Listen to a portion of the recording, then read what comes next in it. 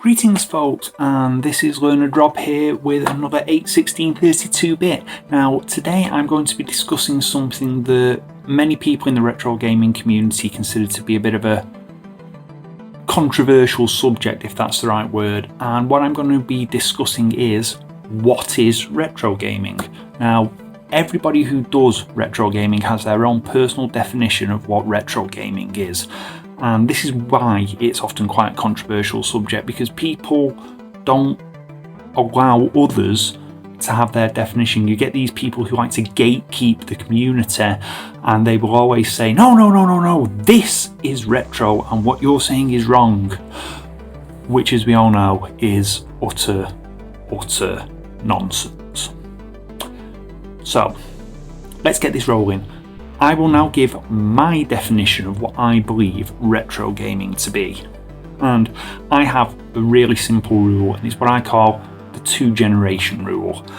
And that literally means once something is 2 generations old compared to the current generation of hardware, it becomes retro. So let's give an example. PlayStation 4 and Xbox One and Switch are the current generation. So for me, PS3, the Xbox 360, the Wii U are not retro yet. But I would consider the original Xbox, the PS2, the Wii to be retro systems. Now, this is where it gets awkward, because what I consider retro there, other people don't. But I think 2 generations is ample time, because for 2 generations of hardware, you're going back 15 or so years at least to the hardware launch. Think about it. 2004, 2005, that's when we started seeing Xbox 360 stuff.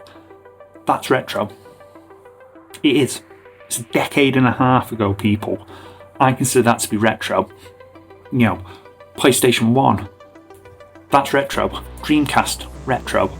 You know, there are some people out there who say, oh, you can't cast the PlayStation, Dreamcast and Saturn as retro because it's 3D graphics, and so I say, yeah, but it's a quarter of a century since they launched, and a lot of these gatekeepers who go on about how these 32-bit and above systems are not retro were 25 years ago, because a lot of them are my age, they're sort of 40, were saying that, you know, the NES is retro, the 2600 is retro, the Spectrum's retro, the Commodore 64's retro, but they were as old then compared to that point in time as the PlayStation 1 and the Saturn are to now.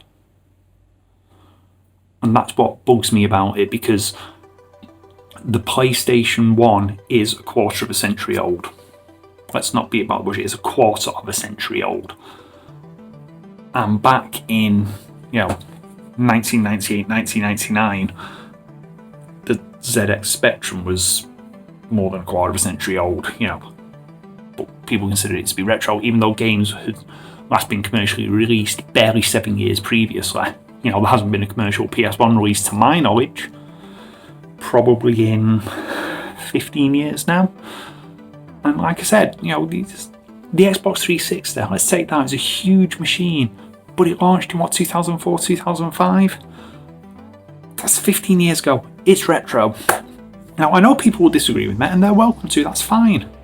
Everyone has their own definition, but I think people need to be less concerned with gatekeeping the idea of what is retro, and more concerned with the idea of actually preserving the games and the systems for people to come after us. Excuse me. These machines are not going to be around forever, because despite the fact that with some of them there's huge amounts of hardware out there, 115 million PlayStation 2s were sold, but how many of them are still working today? I've got 2 PlayStation 2s, only one of them works. I've got 3 PS1s, 1.5 of them work. 2 Saturns, 1 works. That should be the focus, not some kind of silly crusade about how the fact that 3D graphics are not retro. No, that's just stupid. You're setting something far too arbitrary there. Because if you're going to hold to that, in 30 years' time, you'll still be saying the PS1 isn't retro, and that makes no sense. So yeah, what is retro? Well, to me, it's the two generations rule, but to you, it's whatever you want it to be. If you really genuinely don't want to consider anything, post SNES and Mega Drive to be retro, then fine, don't. But don't try and force it on other people, because that's just childish and annoying. And most of the people out there in the community are like me. We're grown adults. We're 40 years old. Some of us older. Let's behave like it. Let's just accept that everyone has a difference of opinion, but we can all agree on the fact that retro gaming is fun, or it should be. And if it isn't, why are you involved as a hobby? Anyway, that's my little rant for the week out of the way. I'm Werner Drob. This is 81632-bit, and I will see you on the next video.